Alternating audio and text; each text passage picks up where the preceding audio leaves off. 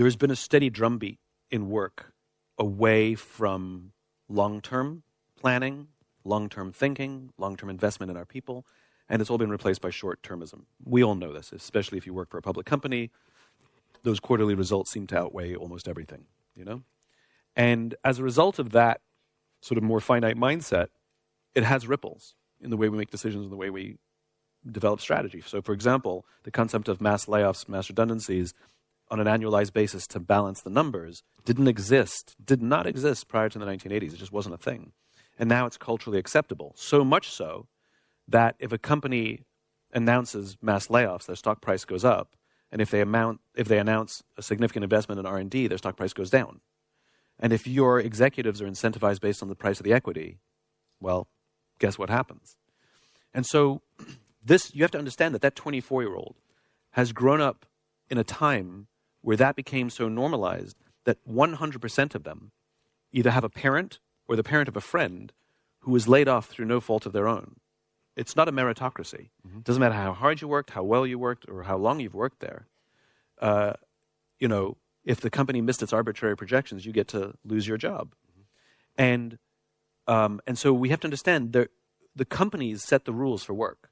And the companies broke the deal of, we're going to look after you for a career, and in return, you're going to give us a lifetime worth of loyalty, and at the end, we'll give you a gold watch. I can speak to a room, and I can talk about the gold watch analogy, and everybody under 35 or 40 doesn't know what I'm talking about. They don't know what I mean when I say, get your gold watch. They have no clue. And that's because the deal was broken. And the thought of them giving an entire career to one company is hilarious. But that's not because they're entitled or stupid. It's because they're playing by the rules the company set. And so for every action, there's an equal opposite reaction.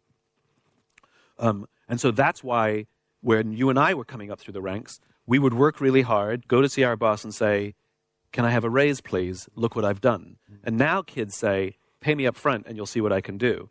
And they're right, because they're hedging their bets, which is because they don't know what day they're going to get laid off, at least give me the cash now. Yeah. So we have to understand how we got here, that they didn't do anything wrong. They're playing by the rules that were set by us. And so we want them to behave differently. We have to change the rules of the game.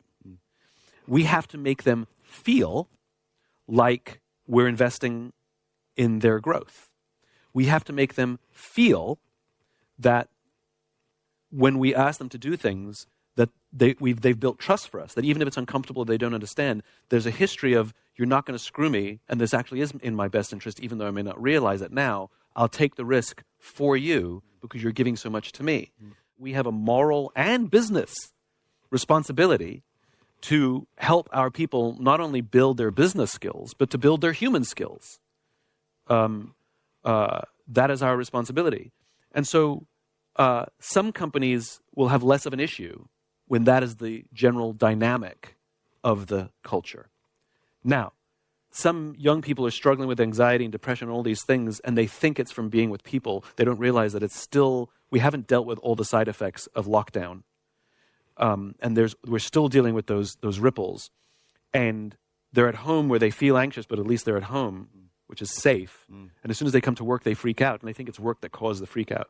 I think it's very important for us to talk about these things out loud and let people come along at their own pace. Some will come quicker and some will come slower.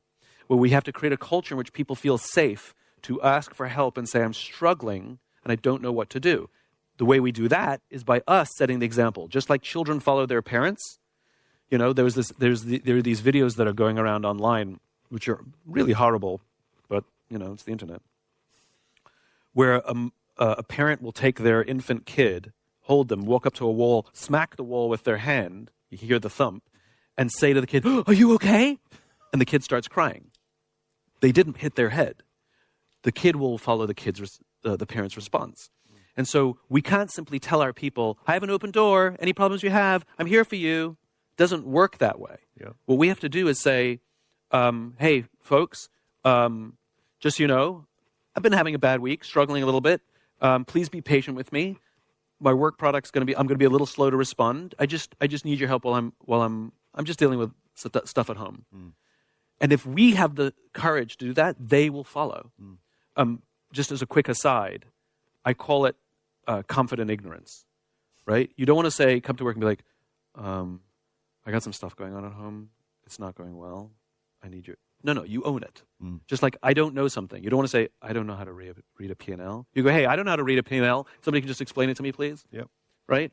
And I think that starts to help. What we're looking for is everybody who asks this question is looking for a solution to the problem. What they forget is that the problem was years in the making, and the solution is going to at least be months in the making. And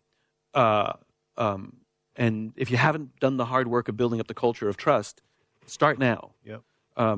I will say, as a final thought, I know one guy who's the CEO of a fairly decent-sized company, many thousands of employees, and I thought the way that he did it was absolutely genius.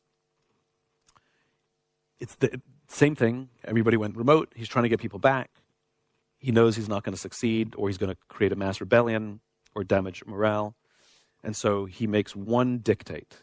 He demanded that his direct reports, whatever it is, 12 people, 15 people, only they have to come to work.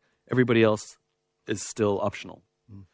And he says to the senior reports, you're a senior leader. If you have a problem with that, then you have no right being here. Like you toe the party line because you're a senior leader. So they have to be at work. Turns out when that group comes to work, this group kind of wants to show up more to get a little face time. And if that group is showing up more, this group shows up a little more. And before you know it, everybody's back at work. But again, took a bit of time. But I thought that was kind of genius.